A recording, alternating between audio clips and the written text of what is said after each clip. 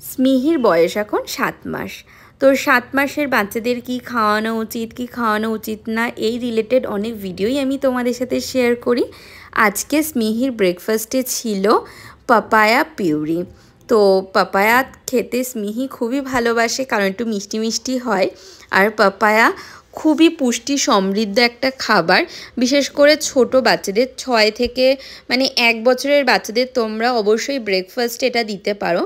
আমি এখানে পেঁপেটাকে একদম পাকা পেঁপে বাজারে পেয়েছিলাম, তো ওর পাপা নিয়ে এসেছিলো। পেঁপেটাকে ছোট ছোট করে কাট করে এখানে আমি গরম জল করে রেখেছি। গরম জলের মধ্যে আমি কিছুক্ষণ ভিজিয়ে রেখে দেব যাতে আরেকটু নরম হয়ে যায়। আর পেঁপে খুবই পুষ্টি সমৃদ্ধ একটি খাবার। এর মধ্যে ভিটামিন এ আর ভিটামিন সি অত্যাধিক পরিমাণে থাকে, যেটাতে বাচ্চাদের ইমিউনিটি পাওয়ার তো বাড়ে, তার সাথে ওদের চোখকে ভালো রাখতে সাহায্য করে আর ওদের যে স্কিন সেটাকেও ভালো রাখতে সাহায্য করে আর ডাইজেস্টিভ সিস্টেমকেও ভালো রাখে। তো এখানে আমি পেঁপেটাকে কিছুক্ষণ গরম জলে ভিজিয়ে রাখার পর মিক্সিতে একটু ব্লেন্ড করে নিয়েছি।